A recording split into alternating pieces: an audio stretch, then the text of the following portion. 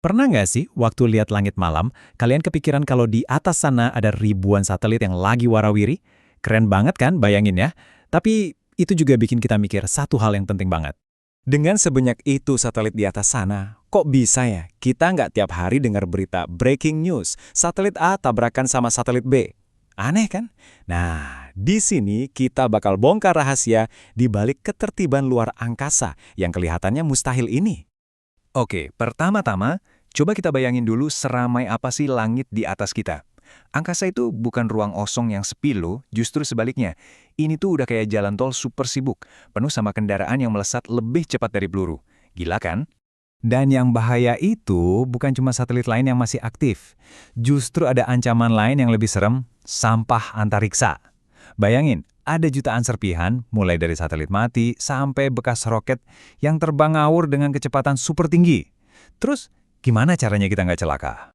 Jawabannya, ternyata ada semacam aturan main tak kasat mata. Semuanya itu udah diatur dari jauh-jauh hari sebelum satelitnya diluncurin. Ada perencanaan super detail dan pengawasan yang nggak pernah berhenti. Inilah ibaratnya pondasi dari semua ini. Kuncinya itu ada di jalur orbit yang terencana. Gini deh, sebelum satelit terbang, para ilmuwan itu bisa berbulan-bulan loh ngitungin dan bikin peta jalur yang paling aman buat dia. Jadi setiap satelit itu udah punya jalur tolnya sendiri-sendiri biar nggak saling senggol. Tapi kan perencanaan sebagus apapun, itu baru langkah awal. Luar angkasa itu kan nggak bisa ditebak.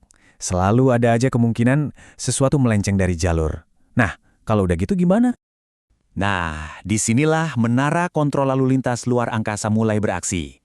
Prosesnya ada 3 langkah. Pertama, pelacakan canggih. Jadi ada jaringan radar dan teleskop di seluruh dunia yang kerjanya memantau semua benda di orbit non-stop. Kedua, identifikasi ancaman. Komputer super canggih bakal menganalisis semua data itu buat memprediksi, wah ini kayaknya bakal tabrakan nih. Ketiga, tindakan pencegahan. Kalau ada potensi bahaya, langsung dikirim peringatan ke operator di bumi, dan mereka bisa ibaratnya nyolek satelitnya sedikit biar geser dan menghindar. Tapi, teknologi secanggih apapun nggak bakal cukup. Ada satu elemen lagi yang super penting, yaitu manusia. Tepatnya, kerjasama tim dalam skala global. Yuk kita lihat gimana cara kerjanya. Gini, nggak ada satu negara pun yang bisa ngurusin ini sendirian, mustahil. Makanya badan-badan antariksa raksasa kayak NASA dari Amerika atau ESA dari Eropa, mereka itu nggak kerja masing-masing. Mereka semua terhubung dalam satu jaringan besar. Dan inilah intinya. Mereka itu saling berbagi data, ngasih tahu kalau mau ada manuver, dan ngasih peringatan dini satu sama lain. Semangat gotong royong inilah yang jadi kunci keselamatan di luar angkasa. Tanpa ini, wah, langit di atas sana bakal jadi tempat yang jauh lebih kacau dan berbahaya. Oke, sekarang kita masuk ke level selanjutnya nih dalam urusan keselamatan antariksa. Gimana kalau satelitnya bisa jaga diri sendiri? Secara otomatis, tanpa disuruh. Bedanya jelas banget. Kalau dulu kan harus nunggu operator di bumi terima peringatan, analisis, baru ambil tindakan. Itu butuh waktu.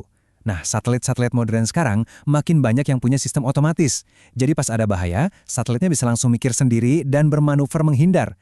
Jauh lebih cepat, lebih sigap, dan aktif 24 jam non-stop. Oke, kita udah bahas soal perencanaan, pelacakan, sampai otomatisasi. Tapi teka-teki ini masih punya satu kepingan terakhir. Dan kepingan ini adanya di sini, di bumi. Intinya begini, secanggih apapun teknologinya, semua itu bakal sia-sia kalau kita terus-terusan nyampah di luar angkasa. Ancaman terbesar buat masa depan itu ya, awan sampah antariksa yang makin hari makin banyak. Makanya, penting banget buat kita semua sadar soal ini. Semakin banyak yang paham masalah sampah antariksa, semakin kuat dorongan buat nyari solusi, entah itu misi bersih-bersih atau aturan yang lebih ketat.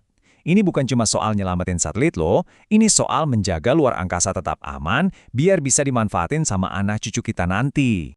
Jadi, nanti kalau kalian lihat ke langit malam, coba ingat deh, ada tarian balet tak kasat mata yang super rumit di atas sana.